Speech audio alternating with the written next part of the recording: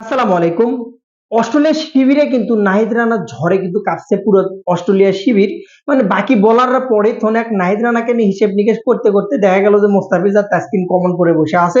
এই বিষয়টা কিন্তু অস্ট্রেলিয়া এখন এমন ভাবে টেনশন। আর সবচেয়ে বড় বিষয় যে এই যে সিরিজের রোস্টারটা যে বানাইছে কে, এই যে শিডিউলটা আগে কিন্তু শুক্রবারে অফ ডে থাকতো, শুক্রবারে কিন্তু ঢাকাতে বেশিরভাগ শুক্রবারে ফ্রি থাকে মানুষজন, খেলা দেখতে আসতো, জিনিসটা বৃহস্পতি ফালাইছে। আগে কিন্তু বাংলাদেশে সিরিজ থাকলে দেখা যাচ্ছিল কিন্তু শুক্রবারে খেলা থাকিছিল ভাই, 100%। এমনকি এই জিনিসটা শিডিউলার চেঞ্জ, আসলে অরিজিনাল কারণটা আমার নিজেরও জানা নাই।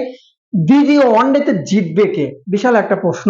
যেখানে কিন্তু অস্ট্রেলিয়ার টিম এবং বাংলাদেশ টিম পুরোপুরি ভাবে ভরে দিয়েছে প্রথমে অস্ট্রেলিয়াকে। প্রথম যে ম্যাচটা ছিল দুর্দান্ত লেভেলের, যেখানে কিন্তু আগুন ঝরানো বোলিং করেছে নাহিদ রানা।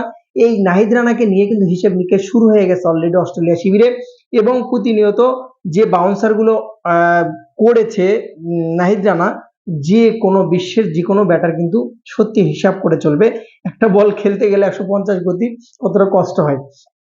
একাদশে পরিবর্তন হবে কিনা বাংলাদেশের, এই বিষয়টা নিয়ে আগে চলে আসি।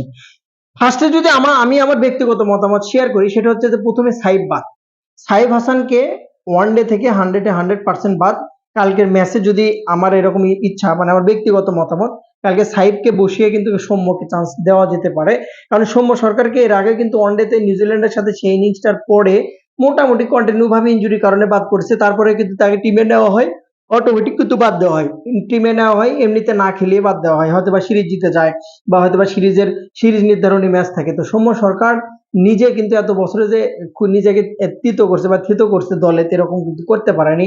এভারেজ যদি দেখেন আপনি, নিজের নামের পাশে কিন্তু সুবিচার করতে পারেনি, অনেক সুযোগও কিন্তু পাইছে। বাট একটা ম্যাচ ভালো খেললে হয়তো 5টা ম্যাচ খারাপ খেলছে। বাট এখন যে সিচুয়েশন, যে কন্ডিশন, তাতে সৌম্য সরকারের যে ফর্ম আছে ডিপিএল সহ এবং ঘরোয়া লিগে এবং সেই ইন্টারন্যাশনাল ক্রিকেটে ওয়ানডে তো যদি দেখেন আপনি, মোটামুটি বলা চলে সৌম্য সরকারকে কিন্তু অবশ্যই সাহেবের জায়গাতে নেওয়া যায়। সাহেব টি20-তে ভালো, ওয়ানডেতে কিন্তু কোনো ক্রমে কিন্তু সাহেব হাসান যাচ্ছে না ভাই, চলছে না, কোনো ক্রমে যাচ্ছে না। 10-এর ঘর ছুঁতে পারছে না, 20-এর ঘর ছুঁতে পারছে না, কোনোভাবে স্ট্রাইক রেট যদি বলেন আপনি দাঁড়াতেই পারছে না। সো তার রিপ্লেসমেন্ট হিসেবে কিন্তু এই চান্সটা অবশ্যই দেওয়া উচিত। দ্বিতীয় একটা অপশন যেটা, মেহেদী মিরাজের জায়গায় কিন্তু রিশাদকে খেলানো যেতে পারে। এখন ভাই আমাকে বলবেন যে ভিডিও বানাচ্ছেন আপনার মোবাইল, আপনার ক্যামেরা, এখন যা তা বকে যাচ্ছেন, বাংলাদেশের ওডিআই ক্যাপ্টেনকে আপনি বাদ দিচ্ছেন। ভাই আমার সামর্থ্য থাকলে কিক মেরে বাদ দিয়ে আমি রিশাদকে খেলাতাম, তার জায়গায় মোসাদ্দেককে খেলাতাম, মোসাদ্দেকের পারফরমেন্স মেহেদী মিরাজটা করে দিত। এবং যদি আপনি খেয়াল করে দেখেন বোলিং ইউনিটে কিন্তু তাসকিন, মোস্তাফিজুর এবং মোটামুটি বলা চলে আপনি নাহিদ রানাতে কিন্তু বেকআপ ওকে। স্পিন যদি মোসাদ্দেক থাকে, মিরাজের অভাবটা পূরণ করবে এবং প্রফেশনাল স্পিনার হিসেবে রিশাদকে আমি খেলাতে পারি। ব্যাটিংটা পাবো অন্তত মেহেদী মিরাজের ওই 12 রানের চাইতে রিশাদকে নামাইলে 6 বলে অন্তত 20 রান বা বাড়ি বুড়ি দিলে 6 টক মার বডি ফিটনেস ভালো আছে, মারার চেষ্টা করবে, অন্তত আমি বাদ দিয়ে দেবো। তো দ্বিতীয় ওয়ানডেটা কিন্তু এরকম পরিবর্তন করলে অবশ্যই কিন্তু বেটার হয়, অবশ্যই আমি মনে করি ভালো অপশন। তাহলে জিতবে কে, প্রশ্ন এটা একটা বিশাল দামি একটা প্রশ্ন। অস্ট্রেলিয়ার যে টিমটা যদি দেখেন, আপনি ভাবছেন যে অস্ট্রেলিয়া 191 অল আউট হয়েছে বিদায় তারা যে খারাপ টিম, ভাই যে টিমটা দিছে, টিমটা কিন্তু সত্যিকার অর্থেই এই অস্ট্রেলিয়া ওডিআই টিমটা কিন্তু অনেক ব্যালেন্স একটা টিম। শুধু নাহিদ রানার কাছে কিন্তু তারা হেরে গেছে, নাহিদ রানার কাছে কিন্তু তারা কাবু হয়েছে, নয়তো এই অস্ট্রেলিয়া টিমটা কিন্তু ব্যালেন্স একটা টিম।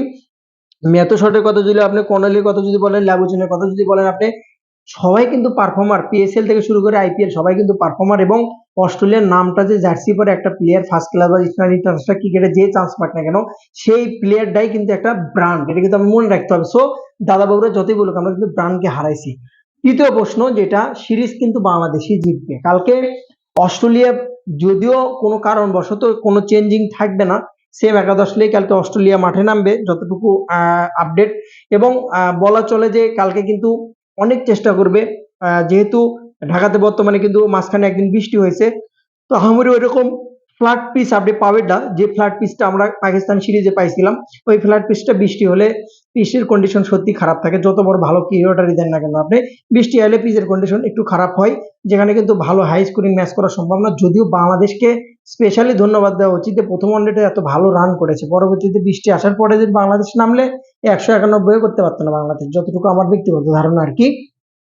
তো সর্বোপরি যদি দুই দল মিচেলের মধ্যে মনে করি যে সিরিজ কিন্তু বাংলাদেশই জিতবে অবশ্যই, 100% আমি মনে করি, বিশ্বাস করি বাংলাদেশের যে পারফরমেন্স বাংলাদেশই জিতবে। তো দেখা যাক কালকে কি হয়। সময় সাপেক্ষে বলে দেবে। অবশ্যই পেজ, ইউটিউব এবং ফেসবুকের সাথেই থাকবেন। ভিডিওটি ভালো লাগলে অবশ্যই শেয়ার এবং সাবস্ক্রাইব করুন। সালাম।